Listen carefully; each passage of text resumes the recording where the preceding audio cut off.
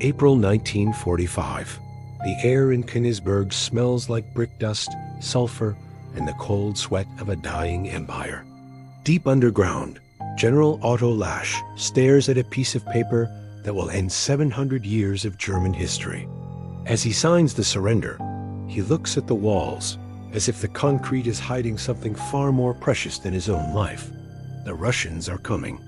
The city is burning, and the world's most expensive treasure has just vanished into thin air. If you're new here, subscribe. We go deep on stories like this. But first, you need to understand what changes everything. Why did the Soviet Union spend 40 years digging up their own city?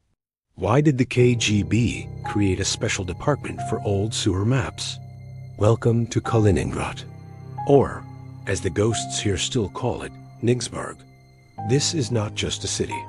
It is a lid. A giant, heavy, concrete lid. When the Red Army took this place, they inherited a labyrinth of bunkers and secret chambers. For centuries, the Amber Room was the pride of the Tsars. 6 tons of gold-backed amber, mirrors, and gemstones. The eighth wonder. This was not just a room. It was an environment of pure, fossilized sunlight. King Friedrich Wilhelm I of Prussia originally gifted these panels to Peter the Great in 1716, cementing a centuries-long alliance between empires. Each panel was a masterpiece of Florentine mosaic, featuring precious stones like quartz, jade, and onyx, all set into the warm, honey-colored amber that had been gathered from the Baltic shores. For 2 centuries, it stood in the Catherine Palace, glowing under the light of 500 candles, until the Nazi Army Group North tore it from the walls in 1941. They didn't just steal a treasure. They dismantled a piece of the Russian soul, packing it into 27 massive crates and shipping it by rail into the heart of the Prussian fortress, where it would eventually vanish into the fog of war. When the Nazis stole it in 1941, they brought it to the castle of Königsberg. They bragged about it until the firestorm. The castle is gone.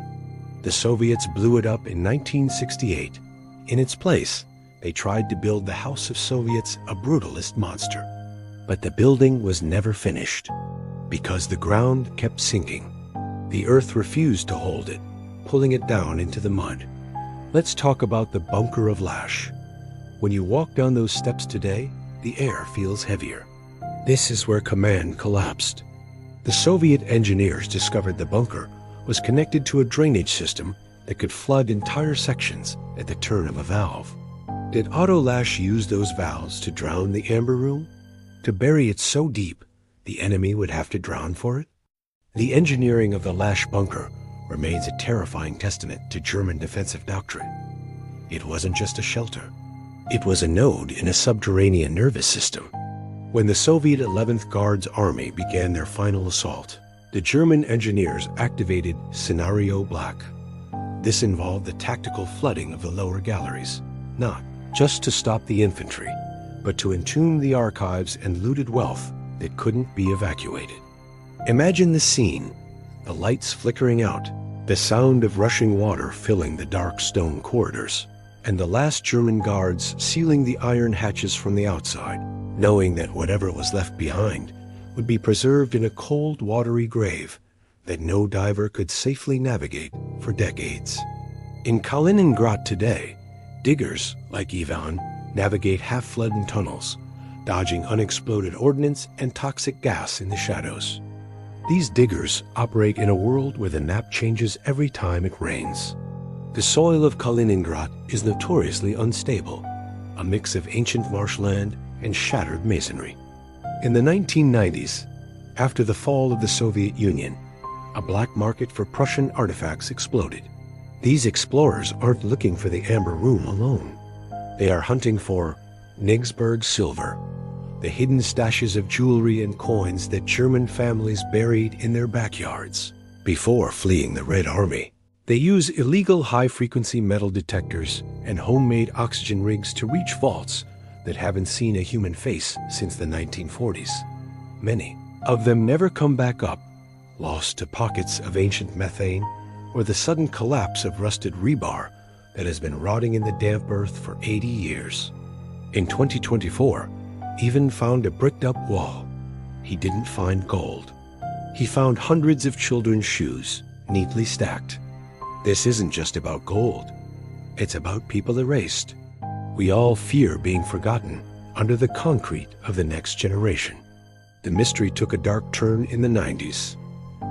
General Yuri Gusev died in a car accident before releasing his report.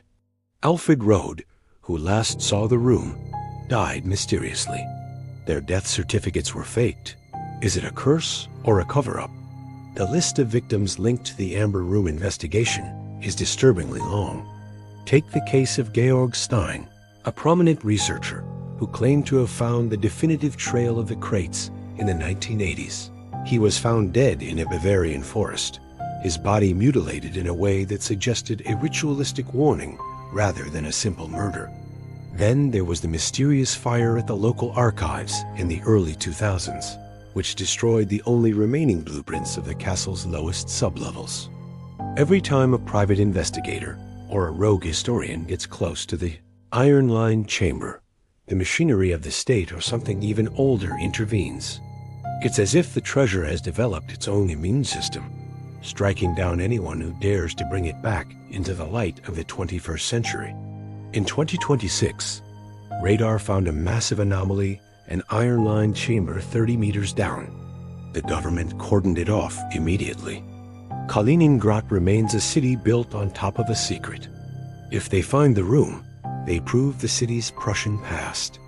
Could you live in a house with a locked door in the basement you are forbidden to open? Or would you start digging? The psychological weight of living in Kaliningrad is something outsiders rarely understand.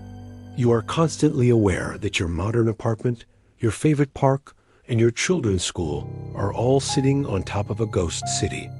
There is a local saying that if you listen closely enough to the wind in the brutalist courtyards, you can hear the bells of a cathedral that no longer exists. This isn't just a mystery for historians. It's a daily reality for a population that knows their entire world is built on a foundation of stolen gold and buried memories. The digging never truly stops, because as long as the Amber Room remains missing, the city of Königsberg is never truly dead. Let us know in the comments. If you found the Amber Room today, would you give it back to the world? Or would you leave it in the dark where it belongs? And if you think the secrets under the ground are terrifying, you need to see what is happening in the skies above this very same city. Find out why Europe's planes are stuttering over Kaliningrad right now.